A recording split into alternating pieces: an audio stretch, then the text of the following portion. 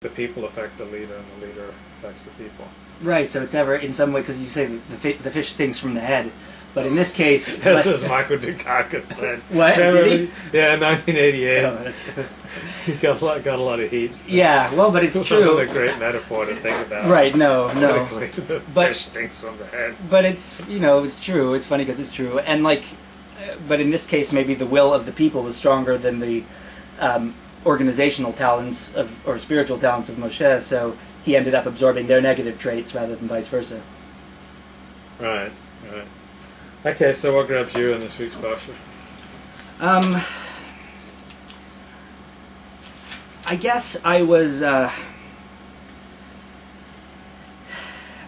struck by what seemed to be God's motivation there, as I described, for I mean, he's giving us kind of a prediction. Like Monica said, this is this was contributed later, which makes sense. He's talking about all the terrible things that will happen, have happened, and okay, bye, Monica, feel better. And and then he's explaining Israel will stray after all the good I do you. You get, you stray, and you get fat and coarse, and you think you no longer need me. So I'm kind of going to abandon you. Let's see how they do without me. So that's how a lot of relationships end. One person wants to see the other person fail, and then, then he changes his mind. He's going to change his mind because he doesn't want the goyim to get thoughts beyond their station. He doesn't want them to think that God is. God doesn't want to have the goyim to have a bad opinion of him. Right. Is what it comes down to, I think. Right. Yeah. And so that's why he's going to wreak holy vengeance on them. It's just, again, I mean, and I don't want to beat a dead horse, but for me, for someone like me, it's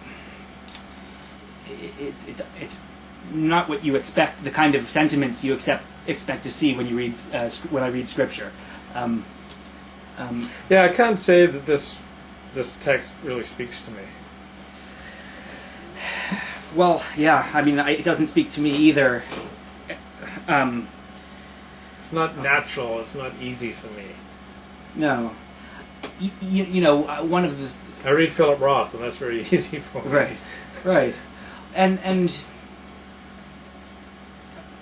look, supposedly Reb Avner, that Nachmanides had a pupil named Reb Avner, and who was a brilliant pupil, and then one day he left the synagogue and went off into Spanish society and became very successful. And then he told Nachmanides later, I left because you told me that Ha'azinu was that everything that ever was going to happen was predicted in there. And that sounded so stupid to me that I left. And where's anything about me in Ha'azinu? And supposedly Nachmanides showed him some gematria thing that Reb Avner's name was there, and it says he has to leave forever, and no one should ever remember his name. And then Reb Avner repented and realized everything's in Ha'azinu. But anyway, I tell this story only to say, it sounds like the rabbis were doesn't really resonate with me either. And I bet that story developed because it didn't resonate with a lot of people. So when they started to complain about it, they said, listen to what happened to Reb Avner when he thought this was a stupid portion. Huh? He ended up, look where he ended up. Right. So you better like Ha'azinu. So if you don't see anything in there you like, find it. So what are your favorite portions of the Bible? Like where it says love your neighbor? No. You prefer the parts where it says I will devour you? I get sort of titillated by the parts that are just raw.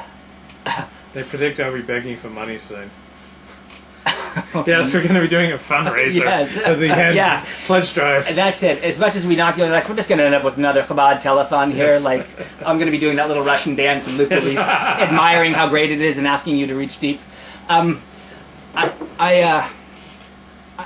I'm a bit titillated by the raw kind of aggression that we see in a lot of the Holy Torah.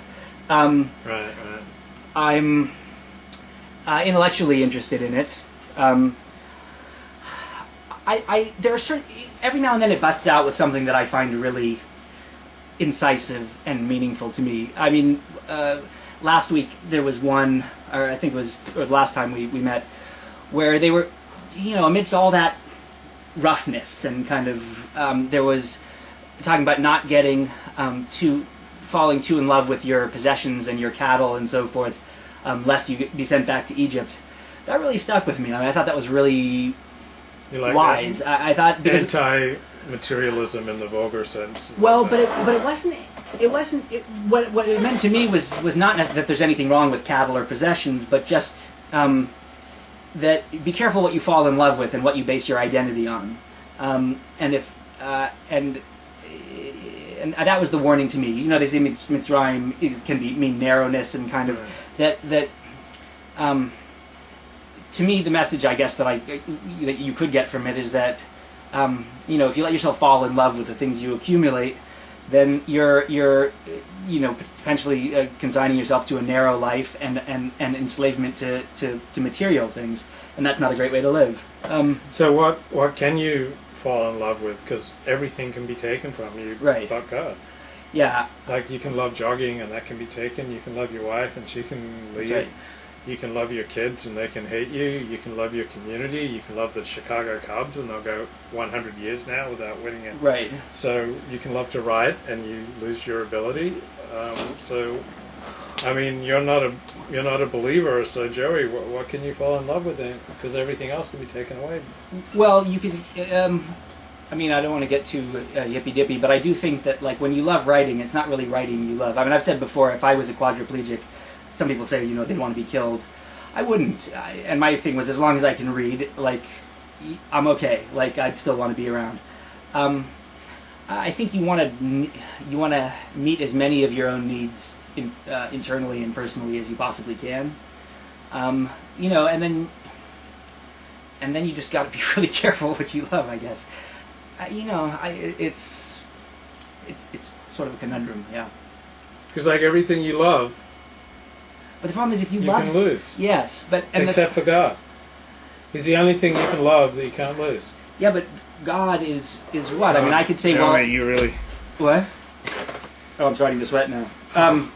Well, you could say, like, okay, fine, but then I could say I have an imaginary friend named Ricky Ricardo, Ricky Ricardo Jr., because he's not the same one that was on I Love Lucy.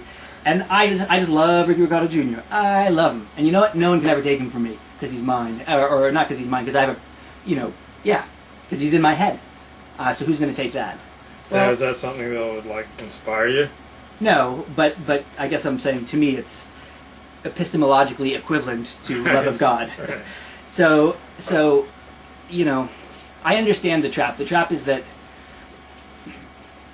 I mean, that's how all these outreach, if you talk to the Mormons, it's the same thing. They're pitching perfect love. Love that cannot be broken, love that cannot fail you, and love that cannot be ended. And that's what God is, but look, if other people experience God and love Him, then more power to you. That's not in my experience.